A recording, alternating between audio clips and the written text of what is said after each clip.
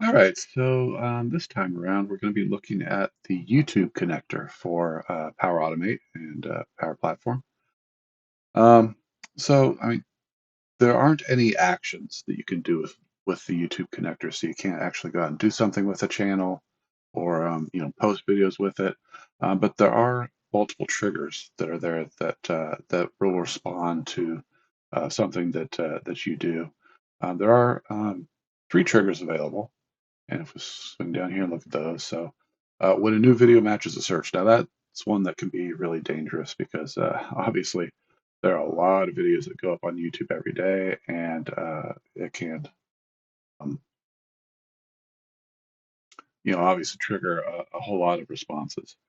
There is a limit, so it only calls once every 900 seconds. So, um, but even that, uh, could get you a whole bunch of responses. So for instance, say you put out here you're just doing a search for Minecraft videos and you want to do something anytime a new Minecraft video is posted, uh, you will get a lot of responses to that. So you have to be careful with how you use that one. The other two are around when videos are uploaded to a specific channel. So either videos that are uploaded to a channel that you want to follow, or if you post a video to your own channel. And that's the one I'm going to demonstrate here today is when I upload a video to my channel. So I just made a really quick, short, test video that will trigger when I upload it to my content here. So I've got my upload page ready to go. And then let's go here into my flow. I've started a flow here, new YouTube post. Let's say when I upload a video to my channel, then maybe I want to do posts on social media about that video. Um, excuse me. Or send an email to myself or to somebody else or something like that. Maybe I've got subscribers on a newsletter and I want to let them know about a new video. I could send them an email in the newsletter, using send mail or whatever source I'm using, um, when I upload a new video to my channel. So let's go ahead and do that. So let's see here, when I upload a video, because I want to do it to my own channel, we'll do create. And I've not set up the connection to this yet. So click connection. And I want to change connection. So I want to create a new connection. We'll sign in to our Google. And I'm going to do that one. Okay, so I've switched views here to my full monitor view because I want you to see the pop-ups that come up through here. So I've got my flow started here. It says invalid connection. I need to create a connection to my YouTube account, which might be my Google account. We'll change connection. We'll hit accept. And we're going to sign in. It'll ask you to sign into your YouTube channel. So we get a pop-up here, mail account. And if you have multiple channels, there's just stuff I play around with, but this is the one that I post my videos to, is Barrett Codes. So you're saying, okay, I want to allow this to have access to that channel, and I want it to be able to manage my channel. And again, like I say, with the connector, you really can't do anything except respond to these three different types of triggers. So we've got all that, so that's all set up here. And you can see that there's no other parameters or settings for really that you need to worry about for this because it's now connected. So let's say when, just for the fun of it, I'm just going to send an email.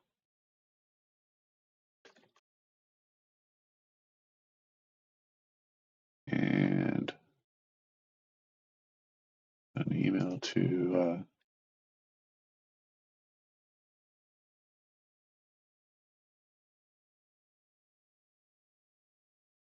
I'm going to send it to my bear codes.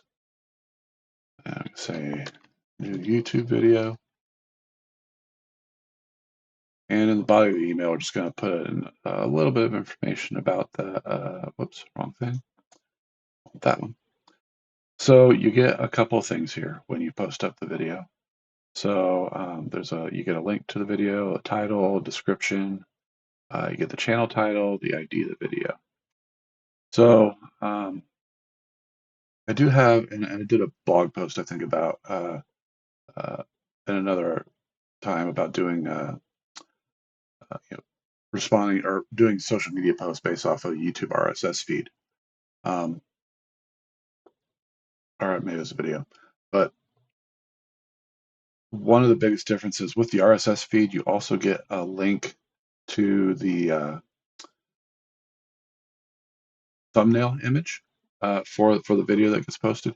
You don't get that here, so that's a little bit something. So if you want to include the thumbnail image as part of your social media post, you can't do that by doing it this way. You'd have to use the RSS feed approach. Um, but in this particular case, you do get, we're just going to send a link to the video. There are some advanced parameters for the mail stuff, so I'm not worrying about any of that stuff. So that's just all I want to do there. We'll do a save.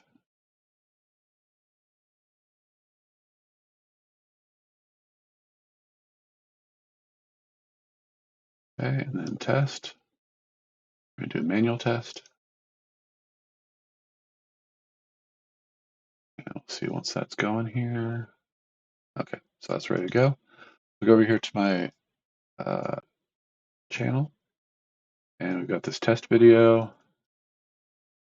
It's called test. This is a test. It's like a 10-second video.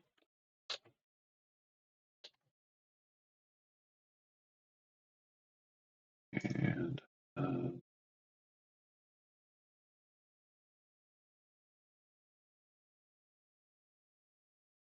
just add it to my .NET playlist for the fun of it. Not made for kids. And publish. The video published, so we come back over here. And like I say, it only pulls once every 900 seconds. So it may take a while for this test to run. Let's see what happens here. Okay, so it did finish running here. By the way, if you didn't want to do the math in your head, 900 seconds is 15 minutes. So it only runs once every 15 minutes. And it took about 12 minutes for this to get a response here. But what, I mean, yeah, there's an error with that. I need to sign in again on my email account, which isn't surprising. I haven't used it in a while for that one. But let's see here. Worry about that later. Well, basically what I want you to see is the outputs from the trigger. So if you look at that, you can see here you get the ID of the video, which is the short code, which you can use to find that. You get the link to the video, which is what I would have included. And of course, you can see the channel title, the description of the video, the title of the video, the ID of the channel itself, and when it was published.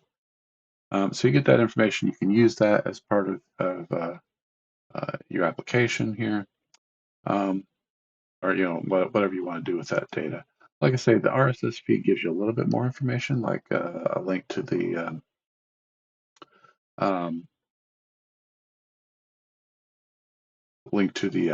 thumbnail image. And actually, if you want to go back here, and we can kind of look at that to get a comparison of the two. So let's go into my flows here. I can show you an example of the output from that. So let's see, where's that at? YouTube post. That's my RSS feed version. You can see the last one failed, but basically what I wanted, biggest thing I want to do is, yeah, it'll fail if there's not a hashtag on this particular version that I wrote. But what I want you to see is the outputs here to compare the RSS feed. So this one, let's see. Feed item is get YouTube feed.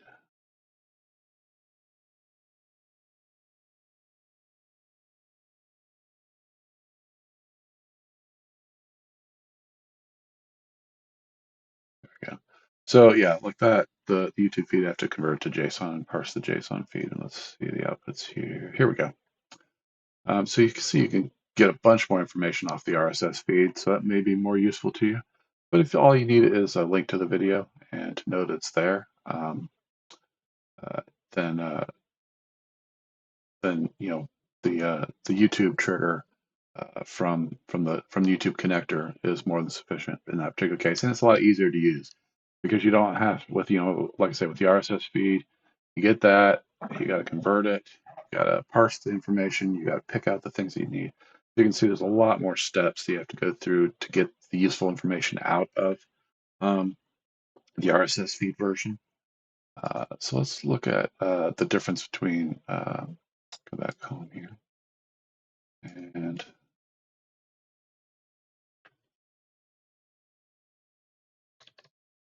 just want to show you when it's uploaded by a channel, just show you the differences here. In this particular case, you have to pick a channel, and you need the ID from the channel.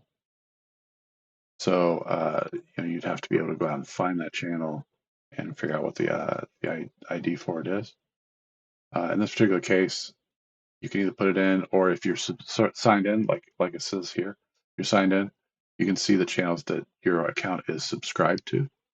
So you can pick from those, or you can enter one manually if you know the value.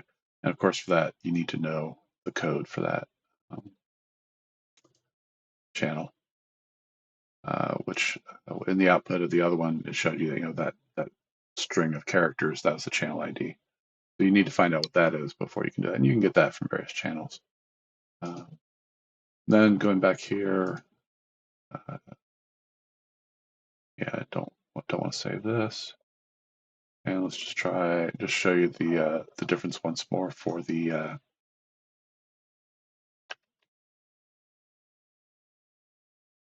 keyword search. So when a video matches a search, and then you just have to put in search query. So if I want to do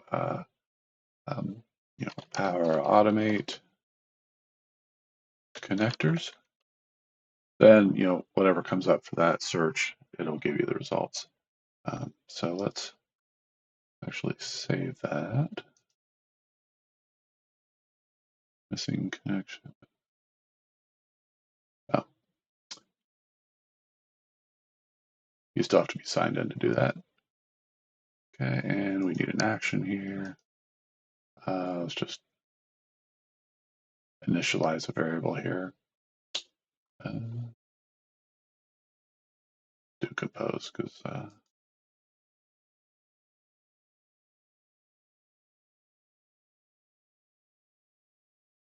it's quick and simple. Save that.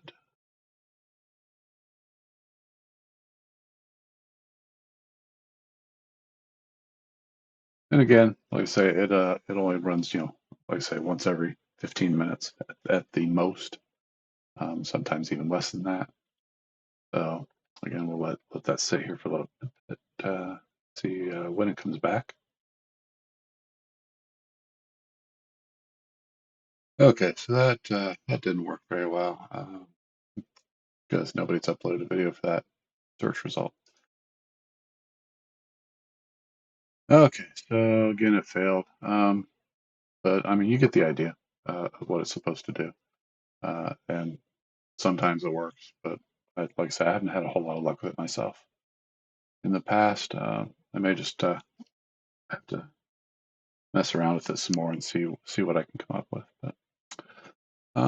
But for now, I mean, you get the idea. I mean, the best one, though, I mean, it is when a specific channel or when you post to your own channel and you want to do something like promote it to social media, send a notification to a mailing list, whatever it is you might want to do in response to that video being posted.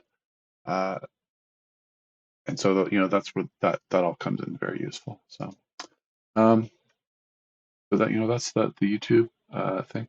It would be nice if they would expand it so that you could do a little bit more. Like maybe figure out ways to automate some maintenance of your channel or posting.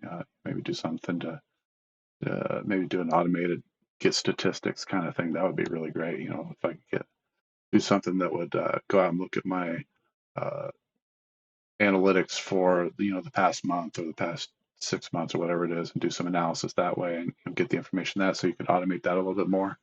That would kind of be a nice addition to that connector that I think that they could do. But that's entirely up to what Microsoft and Google come up with between them two.